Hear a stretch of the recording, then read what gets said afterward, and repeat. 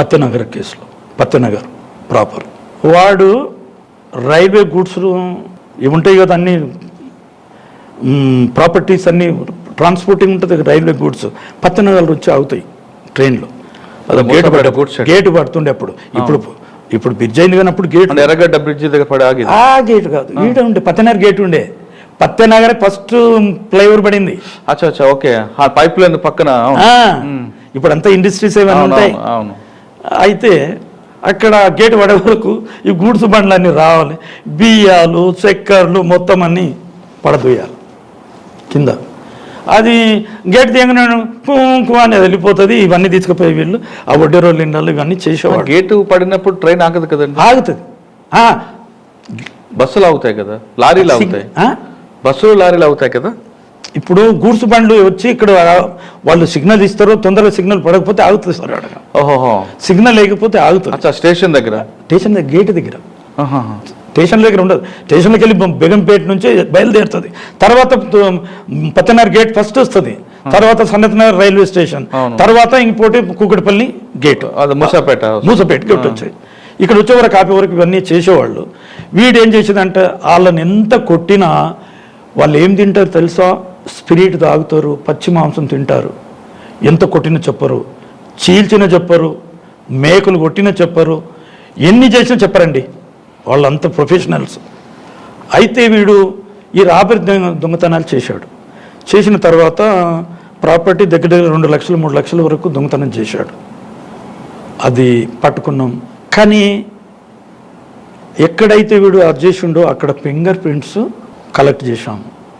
చేసిన తర్వాత వీడు 1 నెల పెట్టుకున్నాం సన్నత్ నగర్లో, కానీ కన్ఫ్యూజ్ చేస్తలేడు, నేను చేయలేదు అంటాడు. ఫింగర్ ప్రింట్స్ వచ్చి ఉన్నాయి, అన్నీ రెడీ ఉన్నది, స్టోలన్ ప్రాపర్టీ అంతా రికవర్ చేసేసాము, కానీ చెప్పాడు. అప్పుడు అన్సారీ అని చెప్పేసి చాలా పేరు మోసిన క్రిమినల్ ఇన్వెస్టిగేటర్, నన్ను అతను కూడా ఆరితారి అనుకుంటా, బిడ్డ అని. నేను అంత రైటర్గా అవన్నీ ఉండేవాడిని. అన్సారీ ఎవరండి ఆయన? అడ్వకేట్? లేదు, పోలీస్ ఆఫీసర్ అన్సారీ. చచ్చినంత వరకు ఈ పోలీసులకు అంతా సీడీ ఫైళ్ళు డెవలప్ చేసాడు, మెయింటైన్ చేసాడు అతనే. కోర్టులో వేయాలంటే ఆయన్నే. పోలీసు వాళ్ళకి అంతా ల్యాండ్ ఆర్డర్ లాంటి పని ఉంటుంది కదా, ఇది డ్రాఫ్ట్ అంతా కొంతమంది ఉన్నారు, మీకు తెలుసు. ఇప్పటికి కూడా కొంతమంది ఉంటారు కదా పోలీస్ స్టేషన్ రైటర్స్ ఉంటారు, బయటికి వెళ్ళి వస్తారు, కోర్టులో పనిచేసేటోళ్ళు, ఇంకా చాలా రిటైర్డ్ నాలాంటి వాళ్ళు పోయి అది అంతా కొడుతూ ఉంటారు. చేస్తే వీళ్ళు సంతకాలు పెడతారు, దూరాలు సరిగ్గా చదువుతారు, సరిగ్గా చదవకుండానే సంతకం పెట్టి కోర్టులో పడతారు. అందుకే కేసులన్నీ అక్విటల్ అయిపోతాయి. అందుకోసమే ప్రాపర్గా పోతే పోవు. అయితే ఏమైంది కేసు లోపల అంటే, క్లూ ఎట్లా దొరికిందంటే, సార్ వీనికి నేను అన్నీ తీసుకున్నవాడిని మంచి కూర్చొని పెట్టుకొని, అమ్మ అంటే నీకు చాలా ప్రేమనారా, ఇంత నీ అక్క చెల్లెలా ఎవరిని ఎక్కువ ప్రేమ చేస్తావు చెప్పురా? మా అమ్మ చాలా ప్రేమ చేస్తావు సార్ అన్నాను.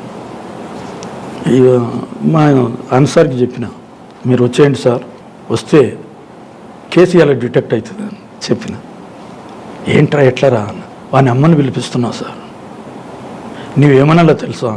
వాడిని కూర్చుని పెట్టి రూమ్లన్నీ మూతాం, నీవు నేనే ఉందాం, వాళ్ళ అమ్మని పిలిపిద్దాం. ఆ క్రైమ్ కానిస్టేబుల్ కూడా పిలిపించిన తర్వాత, అరే సుబ్బయ్య అనేవాడు, ఒక కానిస్టేబుల్ ఉండేవాడు. అరే సుబ్బయ్య, నేను చెప్పిన వాని ముంగల వాళ్ళ అమ్మది సీర ఇప్పాలి సార్ అని నేను చెప్పాను. ఆటోమేటిక్గా చెప్పేస్తాడు వాడు. తప్పుగా సార్ చెప్తాను. ఇక ఆ సుబ్బయ్యని పిలిచి ఆమెను డోల్ రన్ని పెట్టేసినాక ఈయననే అన్సారీ, అరే ఇంకో మాక సారీ కోల్రే అన్నాడు. అంటే లేచుండి అయిపోయాడు పొరగాడు. ఒక నిలేసినాము, ఆయన కప్సులు కూడా వెళ్ళిపోయినాయి, మళ్ళా దింకపోయాడు, మళ్ళా పట్టుకొచ్చినాము అన్ని. లా అంతా ఎంట పడకుండా అప్పుడు పోలీసు వాళ్ళు ఏం చేసినా కూడా ఇవ్వట్లేదు. నెలలు అక్యూజ్డ్ పర్సన్ నెల అన్నాలు పెట్టుకుంటుంటాం మేము. అయితే అప్పుడు చెప్పేశాడండి, అప్పుడు వాడిని కోర్టుకు ప్రొడ్యూస్ చేసినాం స్టోలన్ ప్రాపర్టీ చెప్పేశాడు. ఇదే విధంగా ఇంకో కేసు ఉన్నది, అంటే ఇన్వెస్టిగేషన్ పర్పస్. సార్ మీరు సిఐడిలో మర్డర్ కేసులు, కిడ్నాప్ కేసులు తీసుకొచ్చారు.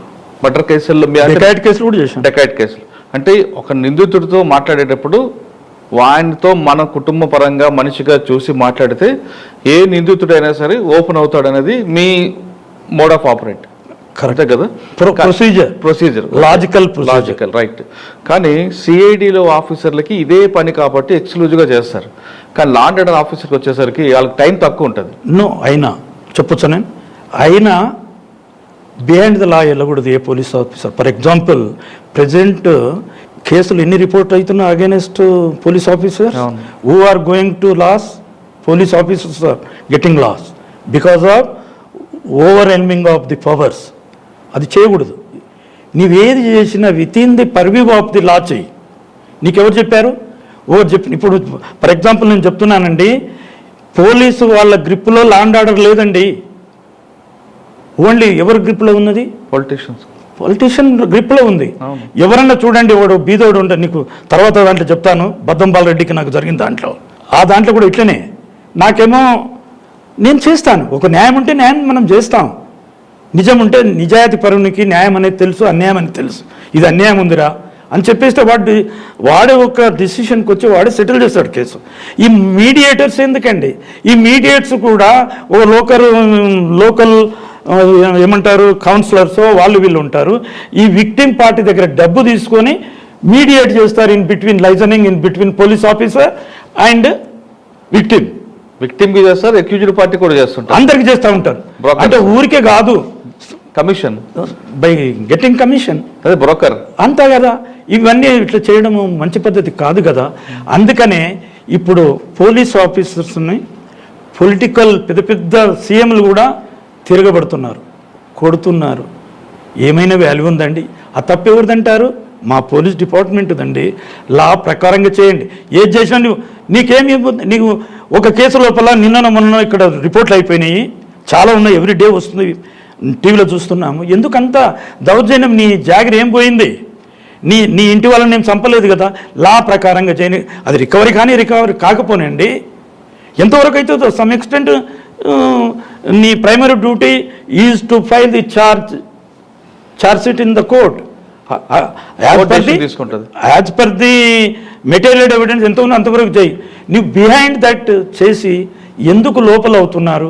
పోలీసు వాల్యూ లేకుండా పోతున్నది ఎందుకంటే మీ స్వలాభాల గురించి మీరు కూడా వాళ్ళ కలిసిపోయి అది చేయడం చాలా తప్పు అని నేను చెప్తున్నాను. ఒక కేసులో మీరు అన్నట్లుగా ఎంతవరకు మెటీరియల్ ఉందో మెటీరియల్ వరకు చార్జ్ షీట్ అయ్యి కోర్టు డెసిషన్ తీసుకుంటుంది అంటారు. బియాండ్ లా ఎందుకు వెళ్ళాలి అని మీరు క్వశ్చన్, మంచి క్వశ్చన్ అది. అవును. కానీ విక్టిమ్ న్యాయం చేయాలని ఒక ఆఫీసర్ ఇంట్రెస్ట్ చూపిస్తుంటాడు. రికవరీ కాదు, అవును, రికవరీ కోసం కొంచెం ముందుకు వెళ్తాడు. ఎందుకంటే బాధితుడికి న్యాయం చేస్తేనే కదా.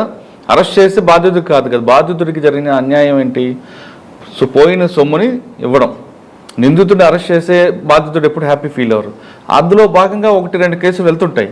దాన్ని మీరేమంటారు? చూడండి, ఆ విధంగా నిన్ను ఎంతవరకు అయిందో ఇంతకుముందే చెప్పాను నేను. ఎంతవరకు రికవర్ అవుతుందో అంతవరకు అది లా ప్రకారంగా ఉన్నది. బిహైండ్ దట్ ఇఫ్ ఈ vent across investigating officer the effect will అతని మీదకి మళ్ళీ వచ్చేస్తుంది. ఆ అక్యూజ్డ్ చనిపోతాడు. నీవు ఎక్కువ టార్చర్ చేస్తే వాడు చనిపోతే ఇప్పుడు ఏమంటారు, మన పోలీస్ స్టేషన్లో లాకప్ డెత్లు ఎందుకు జరుగుతున్నాయి? లాకప్ డెత్ అవ్వచ్చు, కస్టడీ. ప్రతి వాళ్ళు పోలీసులు చంపి అంటున్నాడు. అతని మొన్న సంగారెడ్డిలో అయింది. మల్లన్న ఒక సిఐని ఒక మాట మాట్లాడుతున్నాడు అంటే ఏంటి వాల్యూ నీది? నీ వాల్యూ ఏమున్నది? ఎవడిచ్చండ్రా నీకు ఇష్టం ఇంతగానం కొట్టనికే? హారితారని మాట్లాడుతున్నారు. పబ్లిక్ నువ్వు ఎందుకు ఇస్తున్నావు అట్లాంటిది? ఛాన్స్ ఇవ్వకూడదు. పోలీస్ ఆఫీసర్ నీ డ్యూటీ నీవు ప్రాపర్గా చేస్తే నీకు భయపడతారు. మానవులు భయపడేది ఒక్కటేనండి, నువ్వు కరెక్ట్గా ఉన్నప్పుడు, నువ్వు చెడ్డ అలవాట్లకు ఎప్పుడైతే నువ్వు పోవో అప్పుడు పబ్లిక్ నీకు దండం పెడుతుంది. వీళ్ళు పోలీసులు చేయడము behind the limits, behind the purview of law వీళ్ళు చేస్తున్నారు కాబట్టి బదనాం అయిపోతున్నారు. ఈవెన్ పొలిటికల్ ఎమ్మెల్యేలు, పెట్టి లీడర్స్ తిరగబడుతున్నారు, కొడుతున్నారు. ఏం వాల్యూ ఏముంటుంది? ఇప్పుడు ఇదేనా మనకు పోలీసులు ఇచ్చింది? నీ జీతం, మన జీతాలు చాలు అనుకుంటే మనం కూడా వాళ్ళ లేక శ్రీమంతులం అయిపోదాము అనుకుంటే ఎట్లా? అది పద్ధతే కాదు. నీకు సరిపోతుంది జీతం నువ్వు అనుకుంటే సరిపోతుంది. చూడండి, ఒక బీదవాడు ఒక లేబర్ పని చేసిన కూడా అదే తిండి తింటున్నాడు. నువ్వు పెద్ద దొరవాయి కూడా అదే తిండి కదా, వేరేం పోవు. ఆ 3 పూటలు తినేది 3 పూటలే మామూలు తిండే. ఆ మామూలు తిండి కొంచెం డైనింగ్ టేబుల్ మీద తింటే మంచి తిండి తింటారు అనుకుంటారు. కొందరు ఆడు చెట్టు కిందనో గుడిసెలు తింటే అది బాగలేదు అన్నం అనుకుంటారు. పబ్లిక్లో ఉన్న ట్రెండ్ అది. కాబట్టి మనం చేసే డ్యూటీ ప్రాపర్గా చేయాలి. ఇప్పుడు నిజంగా చెప్తున్నాను, టోటల్గా పోలీస్ డిపార్ట్మెంట్ అవమానాలకు గురవుతున్నది రాను. ఇప్పుడు లా అండ్ ఆర్డర్ను నీవు ఒక లా మేకరు, నీకు కోర్టు ఒక పవర్స్ ఇచ్చింది, దాని ప్రకారంగా నువ్వు యాక్ట్ చేయాలి. కానీ బిహైండ్గా వెళ్ళిపోయి నువ్వు చేసే తప్పులన్నీ ఇవి చాలా తప్పులు. పోలీస్ ఆఫీసర్ అట్లా చేయకుండా ఇండిపెండెంట్గా ఇన్వెస్టిగేషన్ వాళ్ళ పవర్ను యూజ్ చేస్తే ఎలాంటి ఇబ్బందులు రావు సార్.